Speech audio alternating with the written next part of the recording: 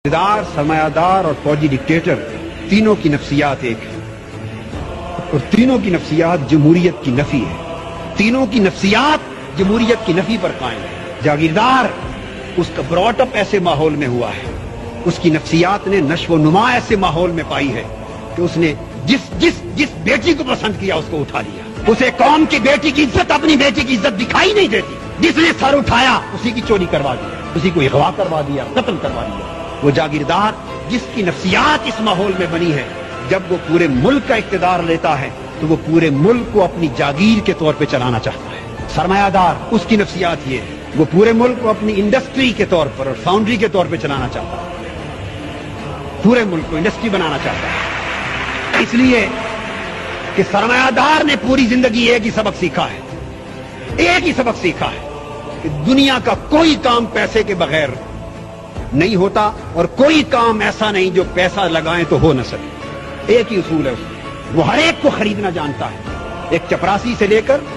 बिजली की line man तक, एक ITO से लेकर इनकम टैक्स के कमिश्नर तक, उसने हर एक को पैसे से खरीदना सीखा है। जब वो मुल्क के इक़्तिदार पे आता है, वो सारे इदारे पैसे से खरीदना चाहता है। उससे पूरे के पूरे मुल्क का सिस्टम तबाह बर्बाद होता है। उसके ज़हन में भी जमहूरियत की नफी है। और फौजी डिक्टेटर उसने भी जिंदगी भर एक ही बात सीखी है कि जो हुक्म दूं आगे नो की किसी को जुर्रत ना हो।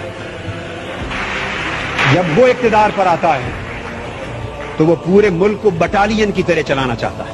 48 साल में मुल्क की ज़मान इक़्तिदार बदल बदल के इन 3 तबक़ात में रही। यही वजह है कि चेहरे ही बदलते रहे हैं। निजाम न बदलना था न बदल सका और न बदलेगा जब तक इक़्तिदार की कुर्सियों पर जागीरदार, सरमायादार, वडेरे काबिज हैं। उस वक्त तक इस मुल्क की तकदीर, इस मुल्क का निजाम, इस मुल्क के गरीब का मुकद्दर कभी बदल नहीं सकता। अगर गरीब को अपना मुकद्दर बदलना है तो इक़्तिदार इनसे छीनना होगा, इन ऐवानों से इनको निकालना होगा।